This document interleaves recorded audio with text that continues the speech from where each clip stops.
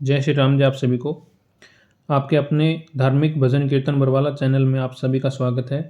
आज मैं आपको शनिवार व्रत कथा की विधि और व्रत कथा सुनाने जा रहा हूँ। तो बोलिए शनिदेव भगवान की जय। शनिवार की व्रत कथा की विधि इस तरह है। इस दिन शनिदेव की पूजा होती है। काला तिल, काला वस्त्र, तेल, उड़द शनिदेव जी को अति प्रिय हैं, इसलिए इनके द्वारा शनिदेव जी की पूजा की जाती है। शनि की दशा को दूर करने के लिए यह व्रत किया जाता है। शनि स्तोत्र का पाठ भी विशेष लाभदायक सिद्ध होता है। तो आइए शनिवार की व्रत कथा सुनाता हूँ, आप सभी को ध्यान से सुनिएगा। एक समय सूर्य, चंद्रमा, मंगल, बुध, बृहस्पति, शुक्र, शनि, राहु के और केतु इन ग्रहों में आपस में विवाद हो गया कि हम में सबसे बड़ा कौन है। इस सब अपने आप को बड़ा कहते थे। सब आपस में कोई निश्चय न हो सका, तो आप आपस में झगड़ते हुए देवराज इंद्र के पास गए और कहने लगे कि आप सब देवताओं के राजा हैं, इसलिए आप हमारा न्याय करके बतलाइए कि हम 9 ग्रहों में सबसे बड़ा ग्रह कौन सा है। देवराज इंद्र देवताओं का प्रश्न सुनकर घबरा गए और कहने लगे कि मुझ में इतना सामर्थ्य नहीं है कि मैं किसी को बड़ा या छोटा बतला सकूं। मैं अपने मुख से कुछ नहीं कह सकता। हाँ, एक उपाय हो सकता है। इस समय पृथ्वी पर राजा विक्रमादित्य दूसरों के दुख का निवारण करने वाले हैं, इसलिए आप सब मिलकर उन्हीं के पास जाएं, वही आपके विवाद का निवारण करेंगे। सभी इस ग्रह देवता देवलोक से चलकर भूलोक में जाकर राजा विक्रमादित्य की सभा में उपस्थित हुए और अपना प्रश्न राजा के सामने रखा। राजा विक्रमादित्य ग्रहों की बात सुनकर गहरी चिंता में पड़ गए कि मैं अपने मुख से किसको बड़ा और किसको छोटा बतलाऊंगा। जिसको छोटा बतलाऊंगा वह क्रोध करेगा। आपस में उनका झगड़ा निपटाने के लिए उन्होंने एक उपाय सोचा और सोना, चांदी, कांसा, पीतल, शीशा, रंगा, जस्ता, अभर्क और लोहा 9 धातुओं के 9 आसन बनवाए। सब आसनों को क्रम से जैसे सोना सबसे पहले और लोहा सबसे पीछे बिछाया गया। इसके पश्चात राजा ने सब ग्रहों से कहा कि आप अपना अपना आसन ग्रहण कीजिए। जिसका आसन सबसे आगे वह सबसे बड़ा और जिसका आसन सबसे पीछे वह सबसे छोटा जानिएगा। क्योंकि लोहा सबसे पीछे था तो वह शनिदेव का आसन था, इसलिए शनिदेव जी ने समझ लिया कि राजा ने मुझको सबसे छोटा बना दिया है।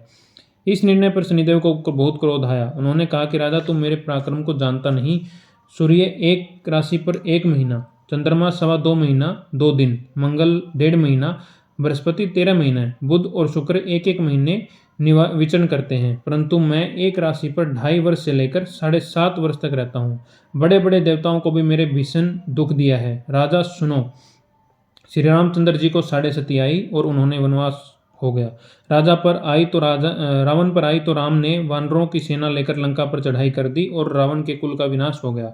हे राजन, अब तुम सावधान रहना। राजा विक्रमादित्य ने कहा कि जो मेरे भाग्य में होगा देखा जाएगा। इसके बाद अन्य ग्रह को प्रसन्नता के साथ साथ अपने ग्रह स्थान पर चले गए, परंतु शनिदेव क्रोध के साथ वहां से सिधारे। बहुत कुछ काल व्यतीत होने पर जब राजा विक्रमादित्य को 7.5 की दशा आई तो शनिदेव घोड़ों का सौदागर बनकर उनके अनेक सुंदर घोड़ों के साथ राजा विक्रमादित्य की राजधानी में आए। तब राजा ने घोड़ों के सौदागर के आने की खबर सुनी तो उसने अश्वपाल को अच्छे अच्छे घोड़े खरीदने की आज्ञा दी। अश्वपाल ऐसी अच्छी नस्ल के घोड़े देखकर और उनके मूल्य सुनकर चकित हो गया। तुरंत ही राजा को खबर दी। राजा विक्रमादित्य ने उन घोड़ों को देखकर एक अच्छा सा घोड़ा चुनकर सवारी के लिए उस पर चढ़े। राजा के पीठ पर चढ़ते ही घोड़ा तेजी से भागा। घोड़ा बहुत दूर तक घने जंगल में जाकर राजा को छोड़कर अंतर्ध्यान हो गया। इसके बाद राजा विक्रमादित्य अकेला जंगल में भटकता रहा। भूख और प्यास से दुखी राजा ने भटकते भटकते ग्वाले को देखा। ग्वाला ने राजा को प्यास से व्याकुल देखकर उसको पानी पिलाया। राजा की उंगली में एक अंगूठी थी। वह अंगूठी उसने निकालकर प्रसन्नता के साथ ग्वाले को दे दी। स्वयं शहर की ओर चल दिया। राजा शहर में पहुंचकर एक सेठ की दुकान पर जाकर बैठ गया और अपने आप को उज्जैन का रहने वाला और अपना नाम विका बतलाया। सेठ ने उसको एक कुलीन व्यक्ति समझकर जल पिलाया। भाग्यवश उस दिन सेठ की दुकान पर बहुत अच्छी बिक्री हुई। तब उस सेठ ने उस राजा को भाग्यवान पुरुष समझकर भोजन कराने के लिए अपने घर पे ले गया। भोजन करते समय राजा विक्रमादित्य ने एक आश्चर्यजनक घटना देखी। जिस खूंटी पर हार लटक रहा था वह खूंटी उस हार को निगल रही थी। भोजन के पश्चात जब सेठ कमरे में गया तो उस कमरे में हार नहीं मिला। उसने निश्चय किया कि यह सिवाय विका के और इस कमरे में कोई नहीं था, अतः अवश्य ही उसी ने हार चोरी किया है। परंतु विका ने हार लेने से मना कर दिया। इस पर 5-7 आदमी उसको पकड़कर फौजदार के पास ले गए। फौजदार ने उसको राजा के पास सामने उपस्थित कर दिया और कहा कि यह आदमी भला प्रतीत होता है। चोर मालूम नहीं होता, परंतु सेठ का कहना है कि सिवाय इसके कोई घर में आया ही नहीं, इसलिए अवश्य ही इसने चोरी की है। राजा ने आज्ञा दी कि इसके हाथ पैर काट कर चौरंगिया किया जाए। राजा की आज्ञा का तुरंत पालन किया गया। वीका के हाथ पैर काट दिए गए। कुछ काल व्यतीत होने पर एक तेली उसको अपने घर ले गया। उसको कोल्हू पर बैठा दिया। विका उस पर बैठा हुआ अपनी जुबान से बैल हाँकता रहा। इस काल में राजा के शनि की दशा समाप्त हो गई। बोलिए शनिदेव भगवान की जय। वर्षा ऋतु के समय वह मल्हार राग गाने लगा। यह राग सुनकर उस शहर के राजा की कन्या मन भावनी उस राग पर मोहित हो गई। राजकन्या ने राग गाने वाले की खबर लाने के लिए अपनी दासी को भेजा। दासी सारे शहर में घूमती रही। जब वह तेली के घर के निकट पहुंची तो वहां देखती है कि तेली के घर से चौरंगिया राग गा रहा है। दासी ने लौटकर राजकुमारी को सब वृतांत सुना दिया। बस उसी क्षण राजकुमारी मन भावनी ने अपने मन में यह प्रण लिया कि चाहे कुछ भी हो, मैंने इस चौरंगिया के साथ ही विवाह करना है। प्रातःकाल होते ही जब दासी ने राजकुमारी मन भावनी को जगाना चाहा तो राजकुमारी अनशन व्रत लेकर पड़ी रही। दासी ने रानी के पास जाकर राजकुमारी के न उठने का वृतांत बताया। रानी ने वहां आकर राजकुमारी को जगाया और उसके दुख का कारण पूछा। राजकुमारी ने कहा कि माताजी, मैंने यह प्रण लिया है कि मैं तेली के घर में जो चौरंगिया है उसी के साथ विवाह करूंगी। और माता ने कहा कि पगली, यह तू क्या कह रही है? तुझे किसी देश के राजा के साथ परिणाया जाएगा। परिणाया यानी कि विवाह ही किया जाएगा। कन्या कहने लगी कि माताजी, मैं अपना प्रण कभी नहीं तोड़ूंगी। माता ने चिंतित होकर यह बात महाराजा को बताई।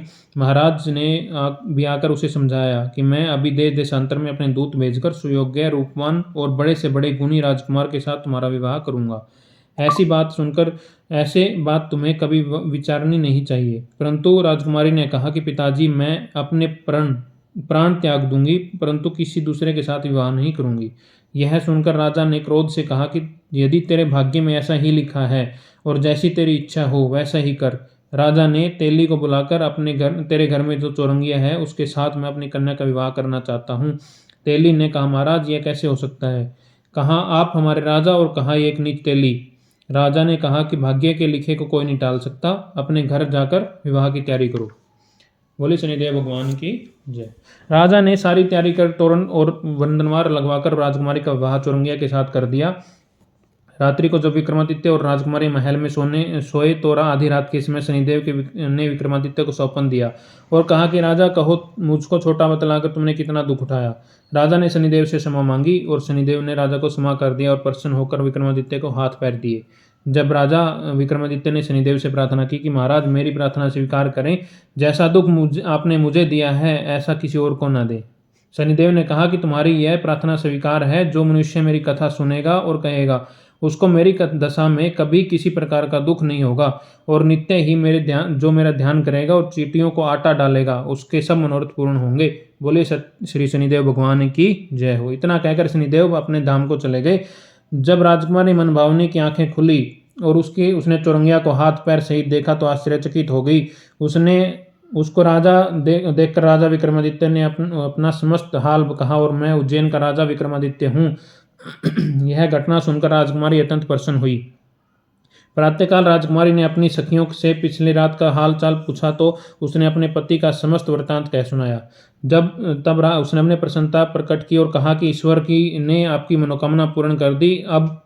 जब इस सेठ ने यह घटना सुनी तो वह राजा विक्रमादित्य के पास गया और उसके पैरों पर गिरकर क्षमा मांगने लगा कि आप पर मैंने चोरी का झूठा दोष लगाया, आप मुझे चाहे जो दंड दें। राजा ने कहा, मुझ पर शनिदेव का कोप था, इसी कारण से यह सब दुख मुझे प्राप्त हुआ। इसमें तुम्हारा कोई दोष नहीं है। तुम अपने घर जाकर अपना कार्य करो, तुम्हारा कोई अपराध नहीं। सेठ बोला, महाराज, मुझे तभी शांति मिलेगी यदि आप मेरे घर चलकर प्रीतिपूर्वक भोजन करेंगे। राजा ने कहा, जैसी आपकी इच्छा वैसा ही करें। सेठ ने अपने घर जाकर अनेक प्रकार के सुंदर व्यंजन बनवाए। राजा विक्रमादित्य को प्रतिभोज दिया। जिस समय राजा भोजन कर रहे थे तो एक अत्यंत आश्चर्यजनक घटना सबको दिखाई दी। जो खूंटी पहले हार निगल रही थी अब वह हार उगल रही है। जब भोजन समाप्त हो गया तो सेठ ने हाथ जोड़कर बहुत सी मोहरें राजा को भेंट की और कहा, मेरी श्री कंवरी नामक एक कन्या है, उसका आप पानी ग्रहण करें। राजा विक्रमादित्य ने उसकी प्रार्थना स्वीकार कर ली। तब सेठ ने अपनी कन्या का विवाह राजा के साथ कर दिया और बहुत सा दान दहेज आदि दिया। कुछ दिन तक उस राज्य में निवास करने के पश्चात राजा विक्रमादित्य ने अपने ससुर नामक ससुर राजा से कहा कि अब मेरी उज्जैन जाने की इच्छा है। कुछ दिन बाद विदा लेकर राजकुमारी मनभावनी सेठ की कन्या श्री कंवरी तथा दोनों जगह दहेज में प्राप्त आप अनेक दासी और रथ पालकियों सहित राजा विक्रमादित्य उज्जैन की तरफ चले। जब वे शहर के निकट पहुंचे तो पूर्ववासियों ने राजा के आने का समाद सुना तो उज्जैन की समस्त प्रजा आगवानी के लिए आई। प्रसन्नता से राजा अपने महल में पधारे। सारी नगरी में भारी उत्सव मनाया गया और रात्रि को दीपमाला की गई। दूसरे दिन राजा ने अपने पूरे राज्य में यह घोषणा करवाई कि शनिदेव देवता सब ग्रहों में सर्वोपरि हैं। मैंने सब इनको छोटा बतलाया, इसी से मुझे यह दुख प्राप्त हुआ। इसी कारण प्रकार सारे राज्य में सदा शिव शनिदेव की पूजा और कथा होने लगी। राजा और प्रजा अनेक प्रकार के सुख भोगती रही। जो कोई शनिदेव की इस कथा को पढ़ता या सुनता है, शनिदेव की कृपा से उसके सब दुख दूर हो जाते हैं। व्रत के दिन शनिदेव की कथा को अवश्य पढ़ना चाहिए। बोलिए शनिदेव भगवान की जय। ओम शांति शांति शांति। जय श्री शनिदेव भगवान की जय। आइए आपको शनिदेव भगवान की आरती, शनिवार व्रत की कथा की आरती सुनाता हूँ। आरती की जय नरसिंह कुंवर की, वेद विमल यश गाऊं मेरे प्रभु जी। पहली आरती प्रहलाद उभारे, हिरणाकुश नर उदर विधारे। दूसरी आरती वामन सेवा, बल के द्वार पधारे हरिदेवा। तीसरी आरती ब्रह्म पधारे, संभाहु के भुजा उखारे। चौथी आरती असुर संहारे, भक्त विभीषण लंक पधारे। पांचवी आरती कंस पछारे, गोपी ग्वाल सदा प्रतिपाले। तुलसी को पत्र कंठ मन हीरा, हर्षि निरखी गावे दास कबीरा। बोली शनिदेव भगवान की जय हो। बोली भगवान जय जय रविनंदन, जय दुख भंजन, जय जय शनिदेव हरि। जय भुजचारी धारणकारी, दुष्ट दलनहारी। तुम होत कुपित नीत, करत दुखी धनी को निर्धन। तुम घर अनूप यश को यम को का स्वरूप हो, करत बंधन। ओम जय जय जय जय रविनंदन, जय दुख भंजन, जय जय शनिदेव हरे। जब तब नाम जो दास है तो ही करत वो, सो बस सो जो कटी रटन। महिमा अपार जो जग में तुम्हारे, जपते देवतन। सब नैन कठिन नित भरे अग्नि, भैंसा वाहन। प्रभु तेज तुम्हारा अति ही करारा, जानत सब जन। बोले जय जय रविनंदन, जय दुख भंजन, जय जय हरि शनि हरे। प्रभु शनि दान से तुम महान, होते हो मगन। प्रभु उदित नारायण, शीश नवायन धरे चरण। जय जय रविनंदन, जय दुख भंजन, जय जय शनि हरे। बोली शनिदेव भगवान की जय हो। बोली शनिदेव भगवान की जय हो। यहीं पर शनिवार की व्रत कथा का समापन होता है। आप सभी को कथा अच्छी लगी हो तो हमारे चैनल को सब्सक्राइब करें, लाइक करें और आगे शेयर करें। धन्यवाद।